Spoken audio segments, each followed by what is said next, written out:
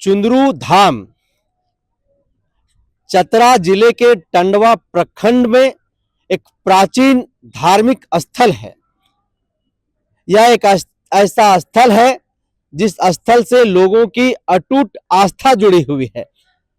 चतरा जिला के साथ साथ झारखंड के विभिन्न जिले से लोग यहाँ पर अपनी मनोकामना लेकर के आते हैं और समय समय पर सैलानी जो है वो यहाँ पर इस धाम को देखने के लिए आते रहते हैं। हमारे साथ बातचीत करने के लिए इस क्षेत्र के सामाजिक अगुवा, राष्ट्रीय कांग्रेस पार्टी के नेता प्रेम रंजन पासवान है। सीधे जुड़ते हैं। दादा, चुंदरू धाम एक बड़ा नाम है। सबसे पहले इसके संदर्भ में क्या कहना चाहिएगा? सबसे पहले इस चैनल का आपका स्वागत है। देखिए, ये चतरा जिला और हजारीबाग के जिला के दोनों के बीच में एक चुंदरू शिव सूर्य मंदिर की आस्था का एक बहुत बड़ा मंदिर भी देख रहे हैं आप। साथ साथ यहाँ 3 तरह का नदी है, वो आपको देखने को मिल रहा है। द्वीप पत्थर का जो कटिंग है ये बहुत पुराना, पूर्वजों का। आज हम लोग जब से हमको लगता है कि 50 साल उम्र होने चला, और जो स्थिति यहाँ देख रहे हैं वो एक द्वीप देखने को हमको मिलता है। कहां कहां से लोग यहाँ पर पहुंचते हैं? यहाँ पूरे झारखंड से, साथ साथ बिहार से भी लोग छठ पूजा में सूर्य उपासना मंदिर के नाम पर लोग बिहार से भी आते हैं, उड़ीसा से भी आते हैं। मतलब बहुत दूसरे राज्य से यहाँ आते हैं और यहाँ जो भी मन्नत मांगते हैं उनका मनोकामना पूर्ण होती है। जो भी मन्नत मांगता है उनकी जो है सो मनोकामनाएं लोगों की पूर्ण होती है, आप ऐसा बता रहे हैं। अच्छा, चुंदरू बाबा जिस तरह से ख्याति प्राप्त है, इस क्षेत्र के लिए चुंदरू बाबा कौन है? लोग जानना चाह रहे हैं। काफी लोगों के जहन में सवाल जो है वो होता है कि कौन है चुंदरू बाबा? सूर्य भगवान की मंदिर है वो तो लोग समझ रहे हैं, लेकिन चुंदरू बाबा कौन है? देखिए, चुंदरू बाबा एक जो पूर्वजों में हम लोग आज सुनते आ रहे हैं, एक यहाँ गंवाट के रूप में मान्यता उनका है। और आज भी यहाँ मुर्गा का बलि पड़ता है, सुअर का बलि पड़ता है। जो अपना मन्नत मांगते हैं, जिनका मनोकामना पूर्ण होता है, आकर के वहां बलि देते हैं। और आज तक इनके दरबार में जो भी आए हैं कभी खाली नहीं गए हैं। ये किसी स्थल के तौर पर अब तक जो है वो चिन्हित हुआ है या फिर आज भी जो है सो ये लंबित है, क्या है? अभी तक तो ये लंबित है, अभी तक तो चिन्हित नहीं हुआ है। और मैं यहाँ के जो माननीय सांसद हैं, विधायक हैं और जो यहाँ के राज्य सरकार है, उनसे मेरा आग्रह होगा और मैं मांग करता हूँ कि इस क्षेत्र को पर्यटक स्थल घोषित किया जाए। जिस तरह से अभी इटखोरी पर्यटक स्थल घोषित किया गया है, उसी तरह से यहाँ भी पर्यटक स्थल घोषित करने का मांग करते हैं। मतलब टंडवा के इस चुंदरू धाम को पर्यटन स्थल के तौर पर सरकार को घोषित करना चाहिए। जी, करना चाहिए, लेकिन अभी तक नहीं हुआ है। ये बहुत बड़ा विडंबना है। यहाँ पर एनटीपीसी कोयला सृजन कर रही है, एनटीपीसी बिजली का सृजन कर रही है। सीसीएल, आम्रपाली, मगध जैसा परियोजना यहाँ पर चल रहा है जो कोयले का उत्खनन कर रही है। जिस तरह से इस चुंदरू धाम को विकसित होना चाहिए था, जिस तरह से इसका कायाकल्प होना चाहिए था, आखिरकार वो धरातल पर क्यों नहीं दिखाई दे रहा है? कहाँ पर कमियां नजर आ रही है? देखिए, यहाँ तो कम से कम अभी सीसीएल को तो यहाँ जो चट्टान है इसमें तो मिट्टी भरा करके पेड़ पौधा लगाने चाहिए। कम से कम यहाँ जो श्रद्धालु लोग आते हैं, जो इधर से आपका सीसीएल सामने देख रहे हैं एनटीपीसी है, जो डस्ट आता है उसका प्रदूषण से कम बचाव होता है, वो भी यहाँ एनटीपीसी नहीं कर रहा है, अन्ना सीसीएल कर रहा है। यदि छोटा छोटा ग्रोथ बना करके उसमें पेड़ पौधा का सृजन किया जाता तो देखने से एक मंदिर का भव्य तरीका से शोभा भी बढ़ता, उससे प्रदूषण से बचाव भी होता।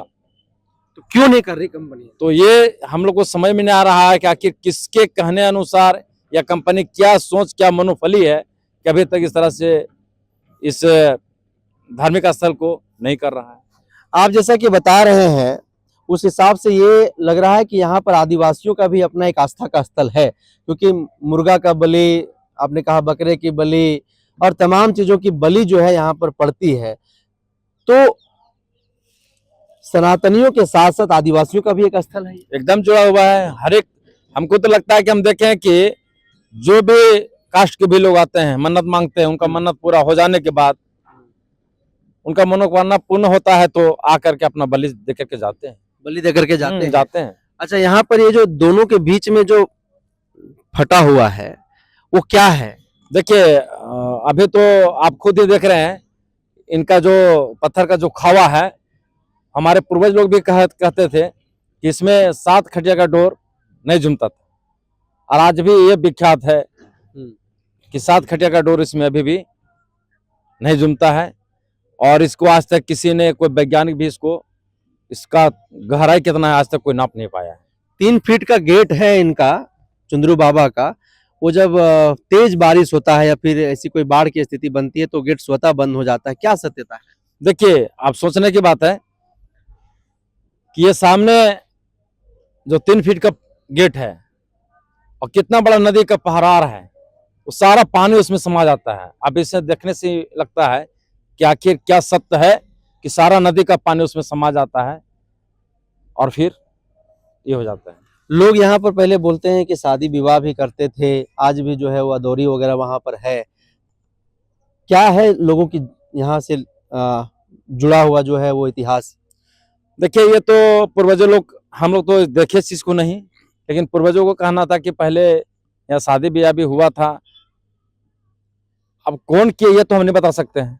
लोग ये भी कहते हैं कि जब किसी के पास बर्तन नहीं हुआ करता था और जब वो चुंदरू बाबा से प्रार्थना करते थे तो स्वतः बर्तन जो है उनके शादी विवाह के लिए जो यहाँ तक पहुंच जाता था। देखिए, पूर्वजों तो हम भी सुने हैं, लेकिन अपने आंखों से तो देखे नहीं। ये कुछ तो सच्चाई होगा, जरूर सच्चाई है। और देखिए, सच्चाई नहीं तो आज फिर सामने क्यों बात आया है। अभी जो देखिए चुंदरू बाबा जो गवाठ है तो सामने साक्षात है, सूर्य महाराज का ये मंदिर है, ये भी आप देख रहे हैं। तो कहीं न कहीं आस्था है, तभी लोग इस चीज को मान रहे हैं। तभी लोग इस चीज का मान रहे हैं। बिल्कुल। छठ यहाँ पर मनाया जाता है? एकदम मनाया जाता है, धूमधाम से मनाया जाता है। बिहार देखिए, आज जैसे बिहार में देव है, उसी तरह से देव से भी लोग आते हैं, बिहार से भी लोग आते हैं, है ना, छत्तीसगढ़ से भी लोग आते हैं छठ करने के लिए ये सूर्य स्थान में। यहाँ पर जब हम लोगों से बातचीत कर रहे थे तो बोल रहे थे कि गणपति उत्सव बड़े धूमधाम से यहाँ पर मनाया जाता है। एकदम बहुत धूमधाम से मनाता है। यहाँ समझिए 9 दिवसीय मेला रहता है, और समझिए कि 9 दिवसीय मेला में एकदम इस इलाके के हजारीबाग, चतरा, रांची सारे लोग आते हैं, बिहार से भी लोग आते हैं और मेला का आनंद लेते हैं। पर्यटकों को यहाँ क्यों आना चाहिए? देखिए, पर्यटकों को देखिए कि यहाँ आस्था का विषय है और एक आस्था को लेकर के यहाँ लोग आते हैं। और जो भी बाहर से पर्यटक लोग आते हैं जो अपना मन्नत करते हैं, अभी देखिएगा कि 14 जनवरी जैसे तिल संक्रांत होगा, लोग गंगा सागर से नहा करके फिर पुनः यहाँ आते हैं।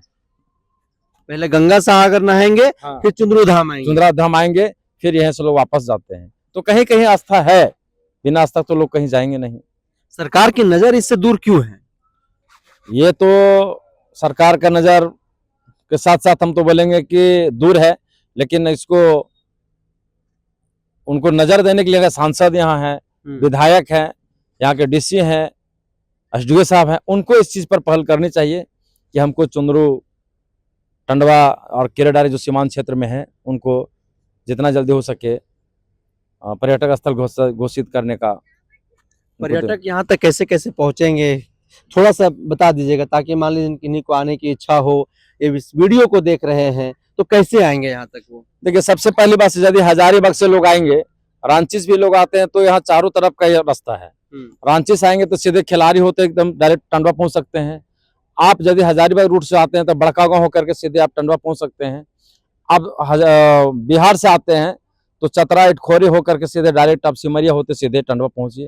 ये चारों तरफ से इनका कहीं से भी आप आ सकते हैं, कहीं आपको आने जाने में कोई दिक्कत नहीं होगी।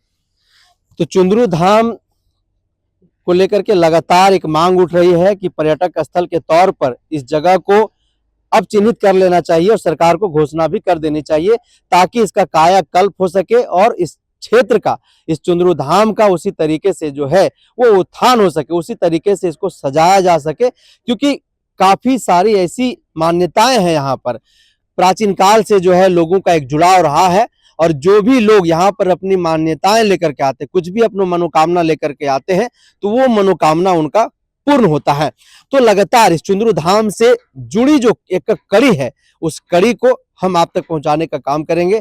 तब तक के लिए आप बने रहिए हमारे साथ, दीजिए इजाजत, नमस्कार।